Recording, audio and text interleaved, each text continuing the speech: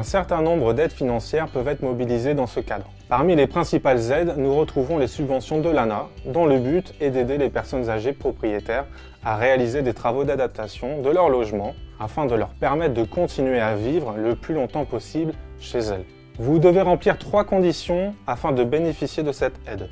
Tout d'abord, votre logement doit avoir plus de 15 ans à la date à laquelle votre demande est déposée. Si ce n'est pas le cas, vous pourrez toutefois solliciter une dérogation eu égard à la nature des travaux que vous souhaitez effectuer.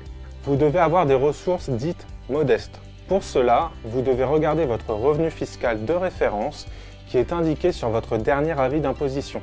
Le montant de l'aide variera selon votre commune de résidence et votre niveau de revenu. Enfin, les travaux devront être réalisés par des professionnels et ne devront pas être commencés avant le dépôt du dossier.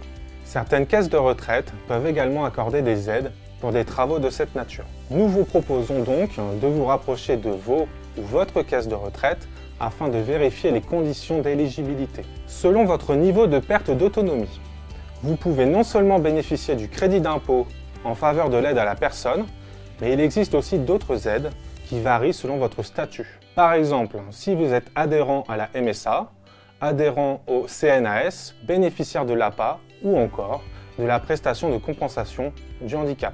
Pour retrouver toutes ces informations, nous vous invitons à consulter notre fiche pratique, le logement des personnes âgées, ainsi que notre fiche pratique, le crédit d'impôt en faveur de l'aide à la personne sur notre site internet.